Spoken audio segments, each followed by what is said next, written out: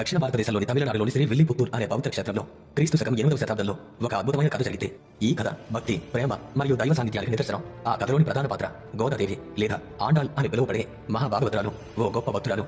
శ్రీ విల్లిపుత్తూర్ గ్రామంలో పెరియాల్వార్ అనే మహాత్ముడు నివసించేవాడు. ఆయన అసలు పేరు విష్ణుచిత్త.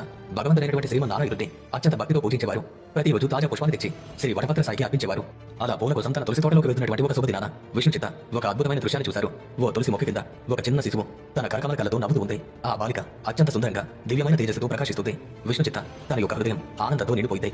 ఈ శిశువును ఆ భగవంతుడే నాకు కూతురుగా ప్రసాదించాడు అలా భావించి ఆ బాలికను ఎత్తుకుని తన ఇంటికి తీసుకువచ్చాడు. విష్ణుచిత్త ఆ బాలికకు కోదై అని పేరు పెట్టారు. తమిళంలో కోదై అంటే భూమికి చెందినది అని అర్థం. సంస్కృతంలో గోదా అని పిలుస్తారు. సంతానం లేకపోవడంతో దుఃఖించిన విష్ణుచిత్తకు ఈ బాలిక భగవత్ ప్రసాదమగితే. అలాగే ఈ బాలిక భూదేవి యొక్క ప్రతిరూపంగా పిలువబడుతుంది. అంటే భూదేవి ఈ భూలోకంలో మళ్ళీ ఈ విధంగా జన్మించింది. ఇక గోద తన తండ్రి ఆలయానికి తీసుకువెళ్లే పుష్పాలతో ఆడుకుంటూ పెరిగింది. ఆమె చిన్నప్పటి నుండి శ్రీరంగనాథుని మీద అపారమైన ప్రేమను చూపించేది. విష్ణుచిత్త ప్రతిరోజు రామాయణం, భాగవతం వంటి పురాణ కథలు చెప్పేవారు. ఆ కథలు విన్న గోదకు శ్రీకృష్ణుడి పట్ల, విష్ణువు పట్ల అపారమైన ప్రేమభావం కలిగింది. ఆమె తండ్రి దేవుడు అర్పించే పూలమాలలో రహస్యంగా తానే ధరించి అద్దం ముందు నిలబడి నేను రంగనాథుడి భార్యను, ఆయన నన్ను పెళ్లి చేసుకుంటారు అని భావించేది. తరువాత ఆ మాలల్ని తిరిగి మళ్ళీ బుట్టలో పెట్టేది. ఇక ఒకరోజు విష్ణుచిత్త యథావిధిగా పూలమాల దేవుడు అర్పించారు. కానీ ఆ రాత్రి శ్రీ వటపత్ర సాగి విష్ణుచిత్త కల్లో ప్రత్యక్షమయ్యారు. విష్ణుచిత్త, నీవు ఈ వారం అర్పించిన మాలలో ఏదో విశేషం ఉంది. అది నీ కూతురు ధరించిన మాల.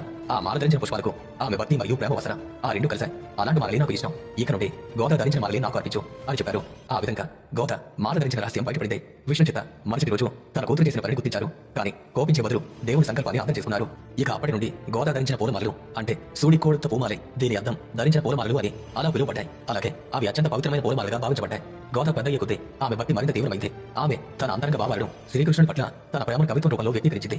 ఇక ఆ కవిత్వమే తిరుప్పావై 30 పాశురాలు. అంటే పాశురం అంటే పద్యం, 30 పాశురాలు అంటే 30 పద్యాలు కలిగినటువంటి ఒక అద్భుతమైన రచన ఈ తిరుప్పావై.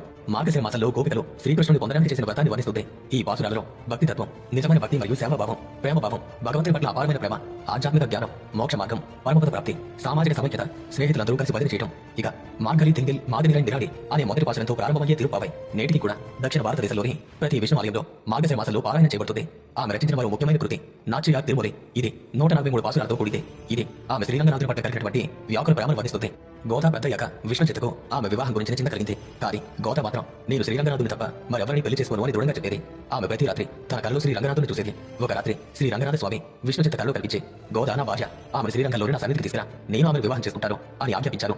ఇక విష్ణుచిత్త తన కూతురుతో పాటు శ్రీరంగం అంటే తిరుచినాపల్లి వెళ్లారు. మార్గమధ్యంలో అనేక గ్రామాలలో ప్రజలు గోదాను దర్శించుకోవడానికి వచ్చారు. ఆమె దివ్య స్వరూపం, ఆమె భక్తి గురించి ఆ వార్తలు అందరికీ వ్యాపించాయి. శ్రీరంగం చేరుకున్నప్పుడు అక్కడి భక్తులు, పండితులు, అర్చకులు గోదాను సంభ్రమంగా స్వాగతించారు.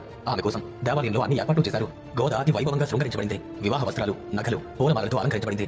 ఆమెను శ్రీరంగనాథ స్వామి గర్భగుడికి